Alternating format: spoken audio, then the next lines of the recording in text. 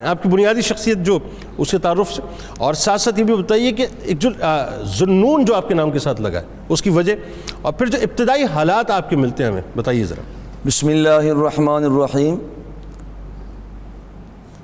حضرت شیخ ذوالنون مصری رحمہ اللہ عظیم المرتبت شخصیت، ابو الفیض آپ کی کنیت، صوبان آپ کا نام، والد گرامی ابراہیم، اور آپ 66 برس تک 179 ہجری سے لے کر آپ 245 ہجری تک عصری علوم، دینی علوم آپ انہیں پھیلاتے رہے۔ واہ!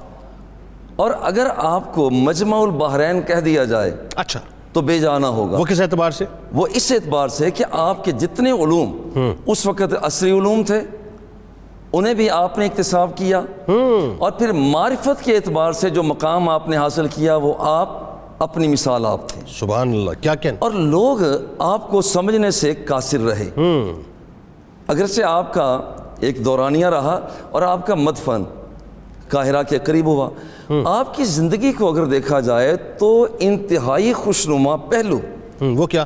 ان میں سے ایک پہلو عارفانہ زندگی، اور یہ عارفانہ زندگی آپ نے رسالہ کشیریہ میں شیخ فرماتے ہیں کہ آپ نے توحید کی تعبیر جس صوفیانہ انداز میں کی، ٹھیک، اس سے پہلے کبھی کسی نے کی۔ واہ! اور سلوک کے حوالہ سے جو کچھ آپ نے بیان کیا اور یہ بتایا کہ دیکھو مقامات کیا ہیں، احوال کیا ہیں، توحید کیا ہے، اور یہ آپ اپنی مثال آپ ہی تھی۔ ٹھیک، یہ آپ کی زندگی کا ایک نمایاں پہلو ہے، درست، کہ جس کے اندر آپ عارفانہ پہلو ہے، اور دوسرا پہلو آپ کا عالمانہ پہلو۔ ٹھیک، بہت کم ہوتا ہے کہ ایک آدمی عارف بھی ہو اور ساتھ عالم بھی ہو۔ اچھا، توازن رکھنا بھی بڑا مشکل ہوتا ہے، یہ بڑا مشکل ہو جاتا ہے۔ اور پھر آپ کی مطلب صوفیزم کی طرف زیادہ چلے جائیں تو علماء کہتے ہیں کہ جی معاملہ کچھ اور ہے، اور اگر شریعت کی طرف جو زیادہ چلے جائیں تو صوفی کہتے ہیں کہ ہمارے قبیل کا آدمی نہیں ہے۔ لیکن یہ بڑا مشکل کا، اور توازن قائم کیا تو آپ ذوالنون مصری رحمہ اللہ نے توازن قائم کیا، اور عالمانہ زندگی اس حد تک کہ آپ تعبیر کرتے تو آپ کو زندیق کہا جانے لگا۔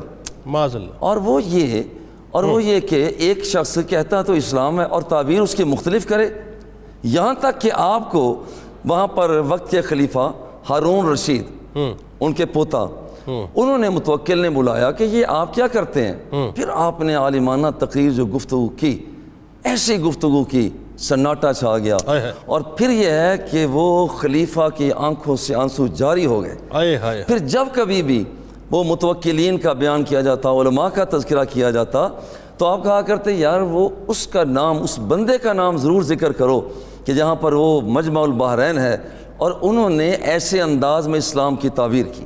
یہ آپ کی زندگی کا دوسرا پہلو۔ ٹھیک، تیسرا پہلو آپ کی زندگی کا مناظرانہ پہلو ہے۔ اچھا، مناظرانہ پہلو اس دور میں معتزلہ کے عقائد بڑے پنپ رہے تھے، ٹھیک ہے، بند باندھنے والی شخصیات بہت کم تھیں۔ ٹھیک ہے، یہ ذوالنون مصری تھے جنہوں نے معتزلہ کے عقائد کا، جو وہ اعمال کے اندر جاتے، ٹھیک، وہ عقوبات کے اندر آگے بڑھتے، یہ وہ واحد شخصیت تھے جنہوں نے بھرپور طریقے سے اس کا تدارک کیا۔ واہ واہ!